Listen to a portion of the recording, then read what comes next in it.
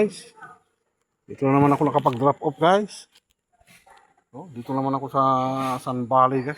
Sun Valley subdivision. Yun guys yung mga background view natin. Ayan bundok ito. Dinivelop. Ginawang magandang subdivision guys. Maganda ng mga bahay guys.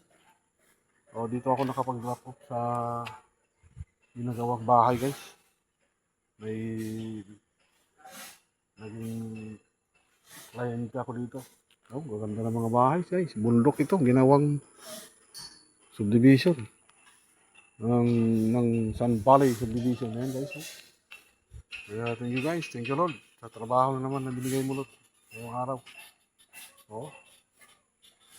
Ganda ng dito guys.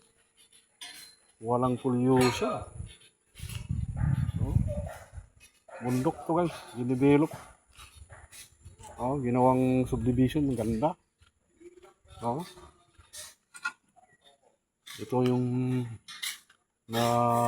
puntahan kong lugar guys, yung Sun Valley. Ganda guys. Ganda ng view. Walang ano dito, pollution. Talagang fresh na fresh. Fresh air.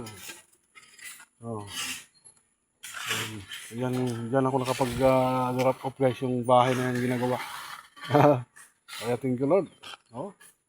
Napakaganda talaga ng lugar na ito. Walang pollution. Ang gaganda ng mga bahay na ginagawa. Okay. Thank you guys sa inyong panonood.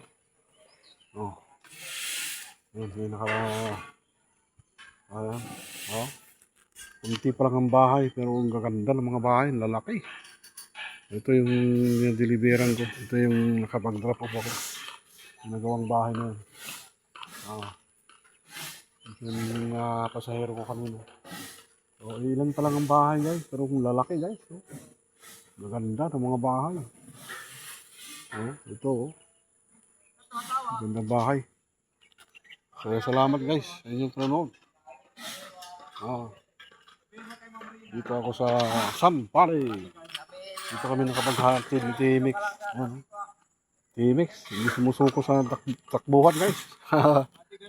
Salamat guys sa inyong panonood.